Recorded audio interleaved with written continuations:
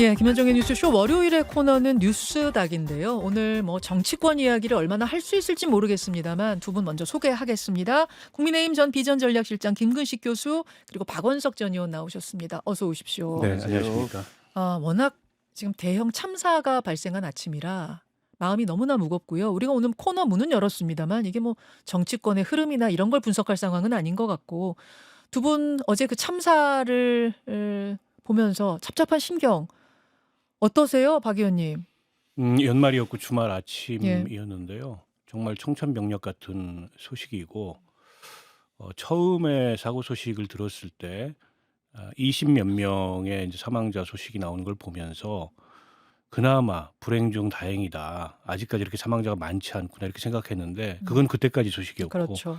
시간이 가면서 계속 사망자가 늘고 사실은 2명이 전원 사망했다는 보도를 보고 나서 정말 뭐 끔찍하고 참담한 비극이 일어난 아. 거죠. 뭐라고 말을 보태기조차 죄송스러운 그런 마음입니다. 저도 비슷했어요. 네. 처음에는 사망자가 20명이라고 처음에 해서 그래도 181명이 탑승하고 있었는데 20명이면 불행 중 다행이다 이러고 있었는데 조금 전에 저희가 인터뷰한 그 제보자의 영상 그 무한 군민이 찍은 영상을 보니까 충돌 후 폭발하는 것이 너무도 선명하게 담겨 있어 저희는 물론 그 부분은 지금 편집했습니다. 너무 끔찍해서 좀 편집하고 보여드리고 있습니다만 초기에는 이게 다 네. 공개가 됐거든요.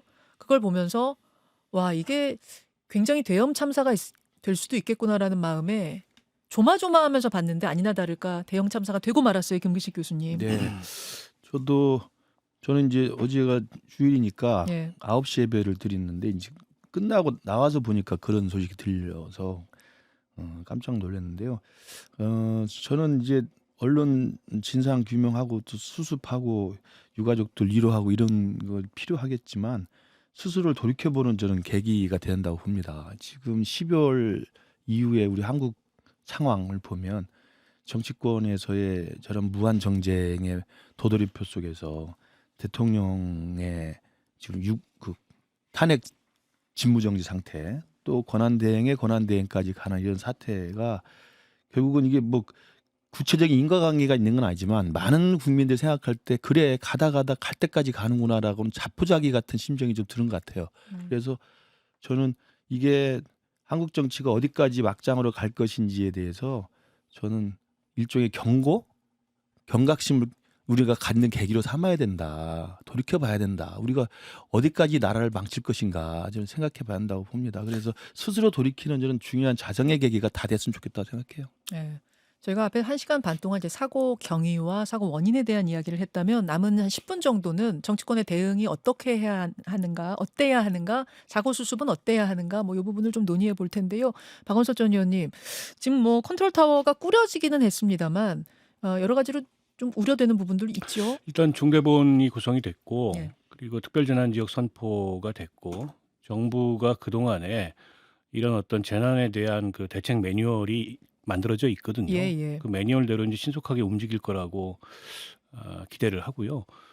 다만 지금 이제 그 전국이 굉장히 불안정한 상황이었고 대통령이 탄핵 소추돼 있고 권한대행마저 탄핵 소추가 연이어된 상황에서 이게 정부 대응이 과연 원활하게 작동할 수 있겠는가 이런 이제 국민들의 걱정이 있는 건 사실입니다. 이제 그런 걱정을 감안해서 어쨌든 정부도 굉장히 효율적이고 밀도 있게 대응을 좀 해야 되지 않을까 싶고요. 그리고 이제 언론의 보도 등을 통해서 사고 예. 원인에 대한 이런저런 이제 이 기사들이나 보도들이 나오고 있는데 이게 항공기 사고라는 게 원인을 정확히 밝히는데 뭐 짧게는 수개월에서 예. 길게는 수년까지 걸리는 맞습니다. 굉장히 정밀하고 그 기술적인 그런 과정이기 때문에 일단 사고 원인에 대해서는 그런 전문가들의 원인 조사를 통해서 원인이 밝혀질 때까지 좀 지켜보는 게 좀 좋을 것 같다는 생각이 들고 무엇보다 지금 이제 유가족들이 굉장히 참담한 상황이잖아요. 예. 그래서 유가족들을 위로하고 또 지원하는 이제 그런 일에 만전을 좀 기해야 되지 않을까 싶고요.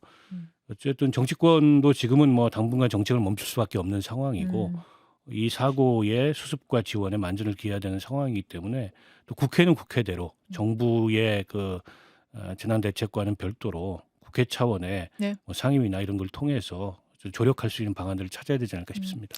오늘 민주당, 국민의힘 다 무안으로 내려가서 거기서 현장 회의도 하고 이렇게 좀 발빠르게 움직이는 모습 보이고 있고요.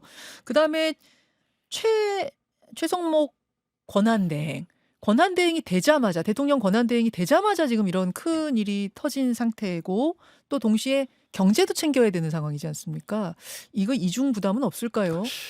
좀 하중이 있겠죠. 아니어도 사실은 경제부총리가 외교라든지 예. 또 안보라든지 이런 어쨌든 정부의 가장 핵심적 기능까지 챙기는 게 상당히 무리가 따르지 않겠나라는 이제 관측이 있었는데 이제 이런 큰 재난까지 맞이하게 돼서 이중 삼중의 부담이 있는데요. 지금 뭐 불가피한 상황입니다. 그런 부담 속에서 어쨌든 정부가 중심을 잘 잡고 그동안에 또 정부를 운영하는 과정에서 이런 뭐 그 자연재난이나 혹은 사회적 재난에 대응해 본 그런 경험과 또 그 과정에 축적된 매뉴얼이 있기 때문에 네. 그에 따라서 좀 효율적으로 움직였으면 좋겠다는 생각이 들고요. 어쨌든 지금 이 대통령 탄핵 소추로 비롯된 이 정치적 혼란을 가장 빠르게 수습할 수 있는 길을 찾아야 됩니다. 그거는 음. 헌법재판소 재판관들이 공석인 걸 빨리 정상화시켜서 음. 질서 있는 탄핵 심사가 이루어질 수 있도록 만들어야 됩니다. 그걸 가지고 더 이상의 혼란을 부추기는 거는 예. 저는 바람직하지 않다 이렇게 생각합니다. 자, 김구식 교수님. 예, 그 최상목 대행의 대행 체제가 지금 우리가 헌정사의 사상 초유를 겪고 있고 네. 그 와중에 바로 그 다음 날 이런 참사가 벌어졌기 때문에 새로운 시험대에 오르긴 했습니다만 예. 저는 우리 대한민국의 시스템의 저력을 믿습니다. 음. 그리고 대통령 탄핵을 이렇게 겪으면서도 시스템이 갖고 있는 탄탄한 그 안정성이 저는 있다고 보기 때문에 중대본을 구성해서 운영하는 거라든지 그다음에 사고 수습과 만전을 기하는 내용들은 그동안에 우리 대한민국 해왔던 경험과 능력이 있기 때문에 저는 충분히 잘할 수 있을 거라고 믿고 싶고요. 예. 그래서 최상목 대행 중심으로 진행되는 과정에서 그러한 새로운 지금 정치적 상황입니다만 그럼에도 불구하고 안정적으로 이걸 수습할 수 있는 저는 저력이 있다고 보고 다만 대통령실과 총리실 같은 경우 지금 대통령실의 수장이 직무정지고 총리실의 수장이 직무정지잖아요.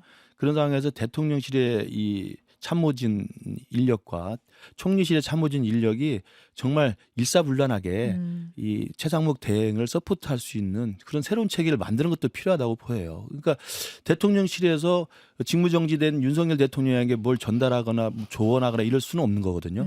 마찬가지로 총리실도 굉장히 방대한 인력이 있는데 그래서 이 두 기관에 그 조력할 수 있는 인력들이 최대하게 잘 시스템을 갖춰서 최상목 대행에게 그동안 했던 경험과 노하우를 잘 서포트하고 건의하고 도와줄 수 있는 그런 새로운 모습들을 보이는 게 필요하다. 그렇기 위해서는 저도 박원석 의원 말대로 헌법재판관 논란은 이제는 빨리빨리 정리를 해서 시스템을 믿는 그리고 시스템대로 가는 스케줄을 믿는 네. 저는 그런 좀 차분히 기다리는 자세가 여야 또 진보 보수 정치권 모두 필요하다고 생각합니다. 두 분 말씀하신 것처럼 우리나라 시스템 잘 갖춰져 있습니다. 그럼요. 그래서 최상목 대행이 갑자기 대행이 됐어도 그 시스템대로 움직일 것이다 믿고 싶고요. 다만 우리가 이 사고 전에 지난 금요일에 가장 큰 이슈가 뭐였나 생각해 보면 한덕수 권한대행이 헌법재판관 3명을 임명하지 않으면서 탄핵이 되는 그 일이 있지 않았습니까? 그 이야기를 잠시 좀 할 수밖에 없어요. 네.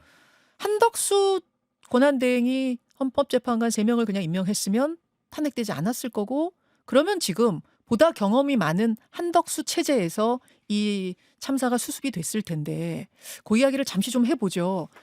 한덕수 권한대 왜 끝내 그걸 쓰지 않았는가, 임명하지 않았는가, 뭐 이 부분 먼저 거기부터 좀 짚어보겠습니다. 어떻게 생각하세요, 박 의원님?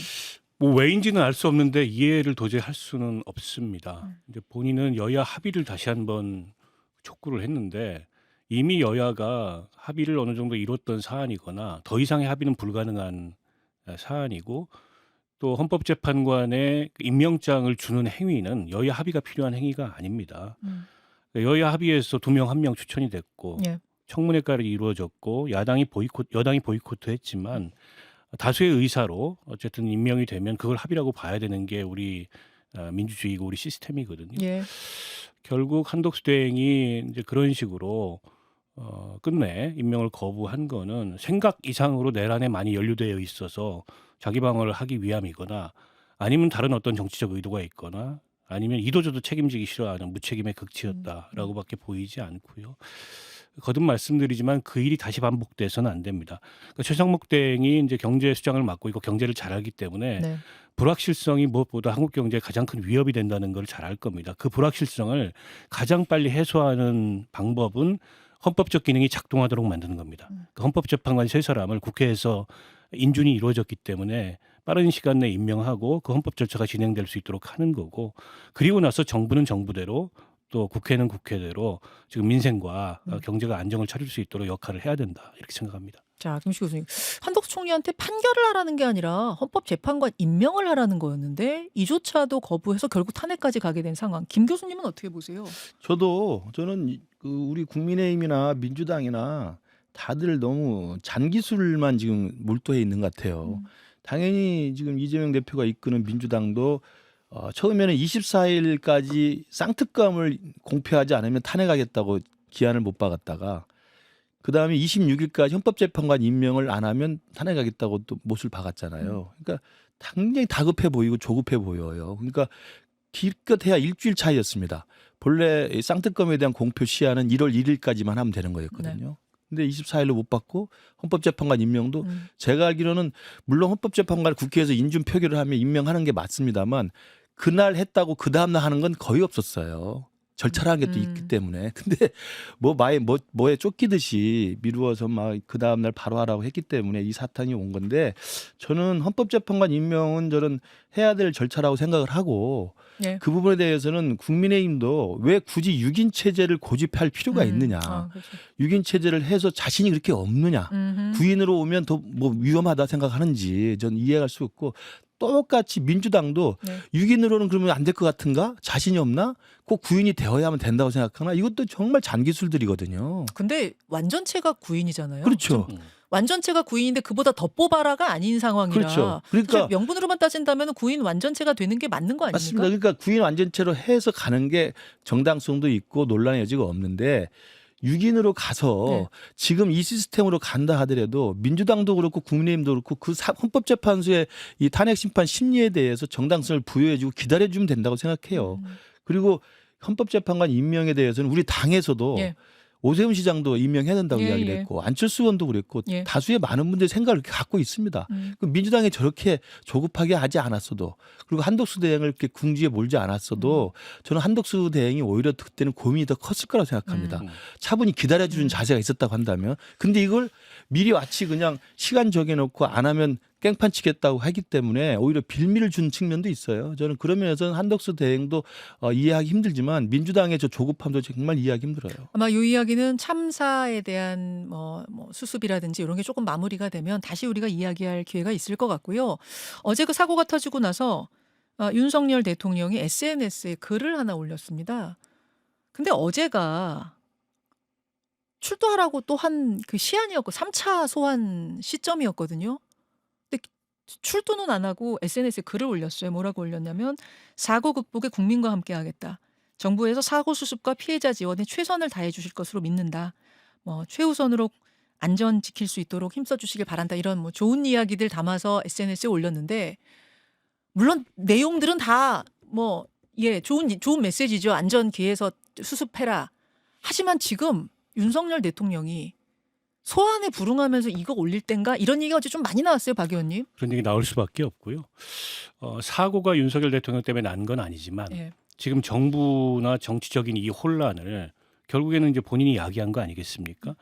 이제 그런 상황에서 검찰의 공수처의 출석 요구에는 응하지 않으면서 저런 메시지를 낸다는 것도 이제 국민들 눈에는 곱게 보일 수가 없고요.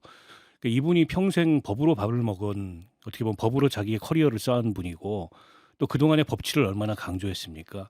그런데 정작 본인 문제에 있어서는 법치주의를 거부하는 그런 이율배반적인 모습을 보이고 있고, 헌법재판소의 탄핵 절차가 우선이라고 하지만 얼마 전에 열렸던 그 준비기일에서도 봤듯이 그 탄핵 절차에도 협조적이지 않잖아요. 정말 우리 헌정사의 최악의 대통령이 된 인물로 기록되지 않을까 싶습니다. 여기까지 오늘은 보겠습니다. 뉴스다 김근식, 박원석 두 분 고맙습니다. 고맙습니다. 김현정의 뉴스쇼는 시청자 여러분의 참여를 기다립니다. 구독과 좋아요, 댓글 잊지 않으셨죠? 알림 설정을 해두시면 평일 아침 7시 10분 실시간 라이브도 참여하실 수 있습니다.